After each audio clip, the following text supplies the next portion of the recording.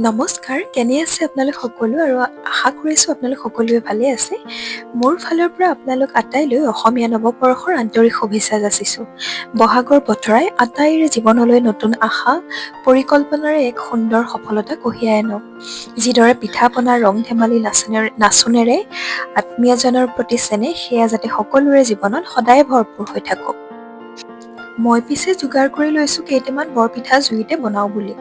আৰু এই বহাগৰ বিহুৱে হওক বা মাঘ বিহুৱে হওক, আমি যদি ঘৰখনত তিলপিঠা, বৰপিঠা, নাৰিকলৰ লাৰু, জা-জলপান আদি যোগাৰ নকৰোঁ, তেতিয়াহ'লে আমাৰ অসমীয়াৰ বিহুনো কিহৰ?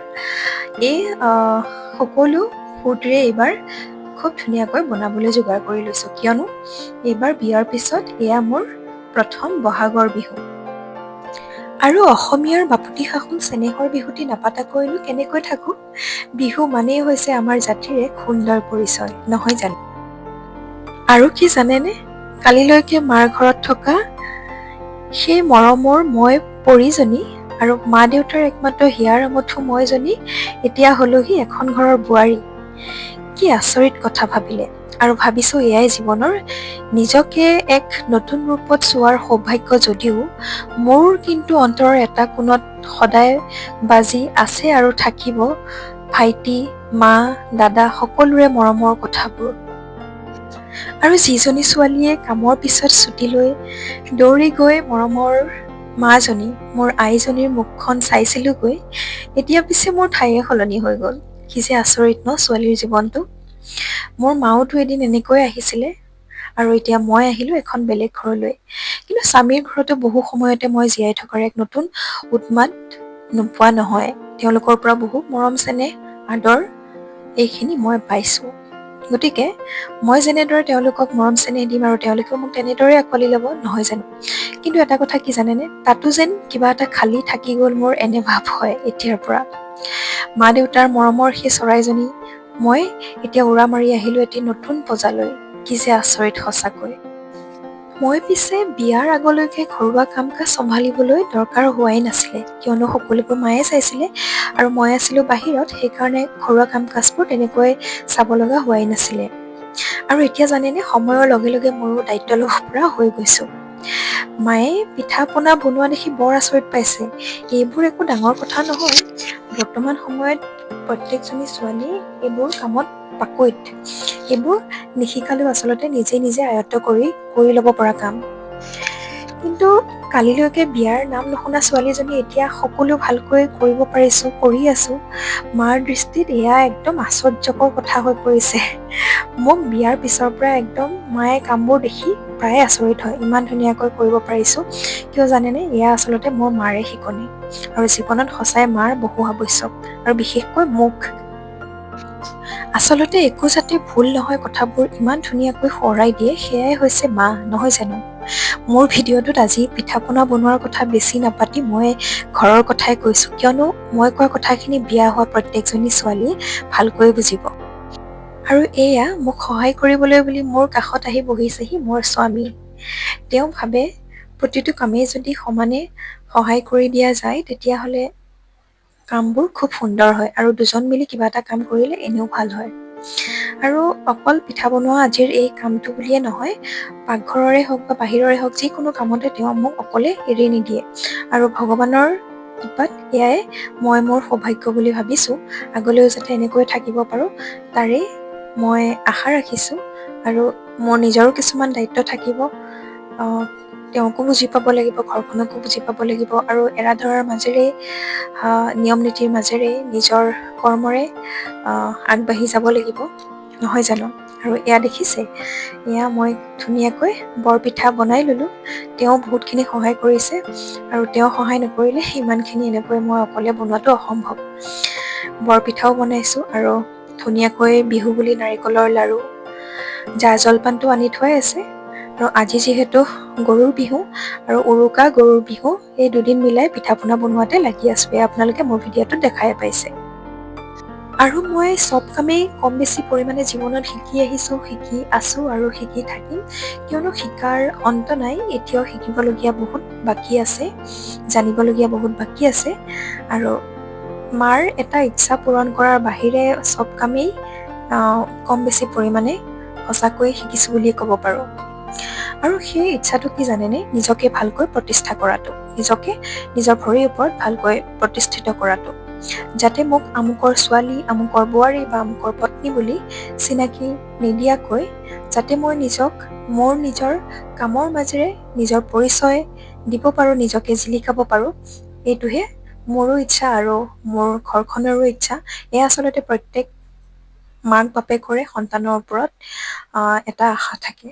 মোৰ ঘৰখনতো মোৰ মাৰ আৰু মোৰ আত্মীয়জনৰ এক সপোন আছে, যাতে মই নিজকে এদিন তেনে ৰূপত সজাব পাৰোঁ। আৰু এই কথাবোৰ কৈ কৈ বহুদূৰ গুচি যাওঁ, কিয়নো কথা পাতি খুব ভাল পাওঁ আৰু মানুহৰ মাজত থকা ভাৱবোৰ বুজিও ভাল পাওঁ। সেইকাৰণে কেতিয়াবা কিবা এটা ক'বলৈ গৈ কিবা এটা কৈ পাওঁ। ভিডিঅ'টোৰ মাজতে ক'ব খুজিছোঁ যে মোক চিনি পোৱাসকলে, মানে যি মোক দুই এজনে চিনি পায় মোৰ ভিডিঅ'ৰ জৰিয়তে বা মোৰ ঘৰলৈ আগতে আহিছে, মোৰ লগত কথা পাতে, মোৰ নতুন ঘৰখনলৈ বহাগ বিহুৰ কাৰণে নিমন্ত্ৰণ থাকিলে।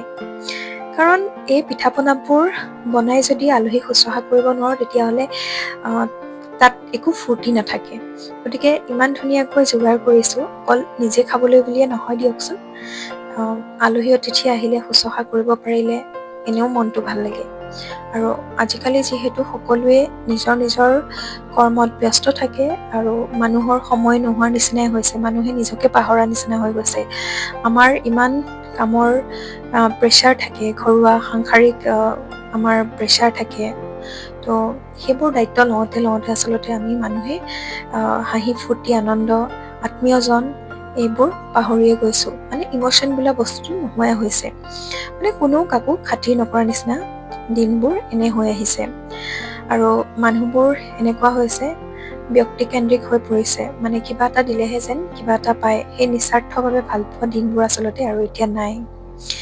আৰু এইফালে দিনত খাবলৈ আজি বনাইছিলোঁ আমলৈ পৰুৱা টোপ, আৰু এয়া বহাগৰ আগমনত, মানে এই বিহুৰ সময়ত খালে বহুত ভাল বুলি কয়, আৰু সেইবাবে আজি এনেকৈ আমলৈ পৰুৱা টোপ বনাই ল'লোঁ। আৰু কাম বন কৰি হোৱাৰ পিছত হাতত জেতুকাৰ ফুল। আগতে কাম বনৰতো একো টেনশ্যনেই নাছিলে, যেতিয়াই যি ইচ্ছা তাকে কৰিব পাৰিছিলোঁ, আৰু এতিয়া কাম কৰি কৰি শেষত অকণ সময় উলিয়াই হাতত অকণমান জেতুকা লগাইছোঁ। আৰু এয়া জেতুকা আনি দিছিলে মোক শহুৰ দেউতাই হাতত লগাবলৈ বুলি। মা আৰু দেউতাৰো প্ৰায় বহু বস্তুৰে মোৰ কি কি লাগিব নালাগে সেইবোৰ ধ্যান থাকে, আৰু সেইটো কাৰণে বহুত ভাল লাগে। প্ৰায় প্ৰতিটো কামতে তেওঁলোকে মোক সহায় কৰি দিয়ে। এনেকুৱা নহয় যে বোৱাৰীজনীয়ে সকলো নিজেই কৰিব, এতিয়া এখন মোৰহে ঘৰ, তেনেকুৱা তেওঁলোকৰ ভাৱধাৰা নহয়। বহু ক্ষেত্ৰত তেওঁলোকৰ এই বস্তুবোৰ মোৰ ভাল লাগে। আৰু এয়া শাহুমায়ে যোগাৰ কৰি দিছে, যি আমাৰ পৰম্পৰা জাক দিয়াৰ বিহুৰ সময়ত, মানে আবেলি সময়ত এনেকৈ মায়ে যোগাৰ কৰি দিলে জাক দিবলৈ বুলি। তেওঁ কেনেকৈ কি কি দিব লাগে, দীঘলতি মাখিলতি এই সকলোবোৰ ধুনীয়াকৈ গোটাই দিছে। আৰু গধূলি এনেকৈ মই যিহেতু নতুন বোৱাৰী ঘৰখনৰ, ময়ে ধুনীয়াকৈ জ্বলাই দিলোঁ ভগৱানৰ নাম লৈ পেলাই। আৰু কোৱা হয় যে এনেকৈ কৰিলে মহ মাখি নোহোৱা হয়। বাকী পিছে এই নিয়মবোৰৰ মোৰ বিশেষ তেনেকুৱা অভিজ্ঞতাও নাই।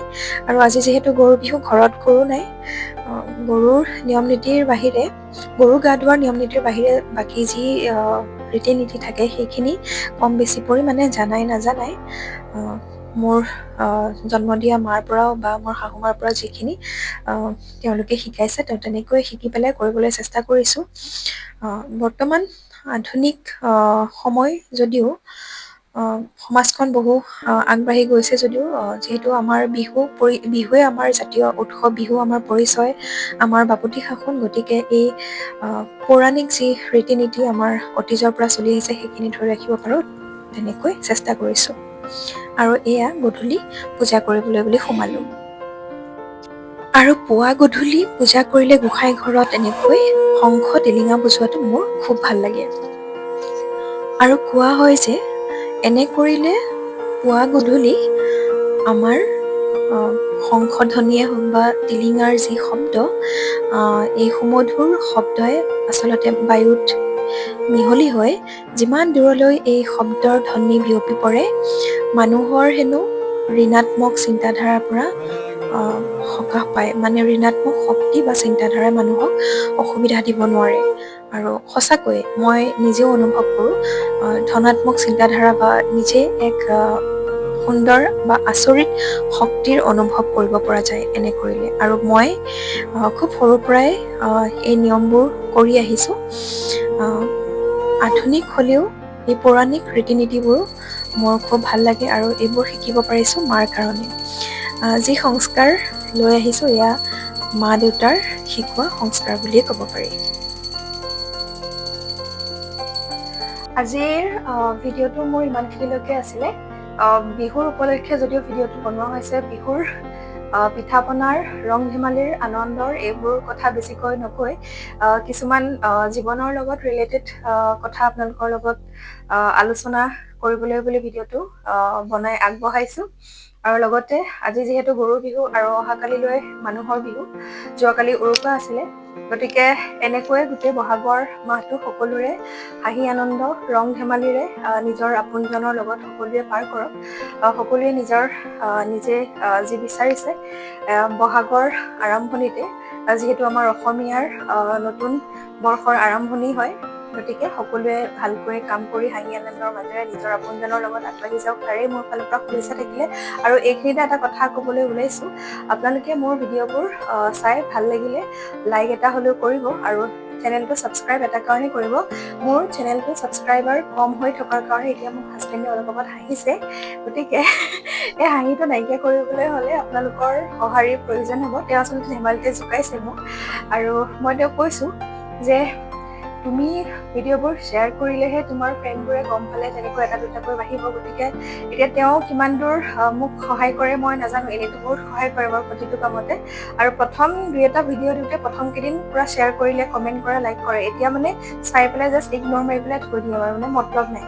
তো আশা ৰাখিছোঁ তেওঁ বহাগৰ এই নতুন আৰম্ভণিৰ পৰাই মোৰ ভিডিঅ'বোৰ যেতিয়া দি থাকিম তেওঁ মোক সহায় কৰি গৈ থাকিব। আৰু তেওঁ নিজে কৈছে যে দুজনে মিলি কামবোৰ কৰিলে বোলে পাৰফেক্ট হয়। গতিকে পাৰফেক্ট কৰিবলৈ হ'লেতো তেওঁ মোক আধাতে এনেকৈ কৰিবলৈ এৰি দিলে নহ'ব, বাকীখিনি আগুৱাই নিব লাগিব। গতিকে তেওঁৰ ভিডিঅ'টো চাই কি কয় মই নাজানো, আৰু বেয়া পালেও ভাল পালেও মোৰ আপত্তি নাই, মই কৈ দিছোঁ আৰু কথাখিনি। গতিকে আজিলৈ ইমানেই আছিলে, বাই বাই।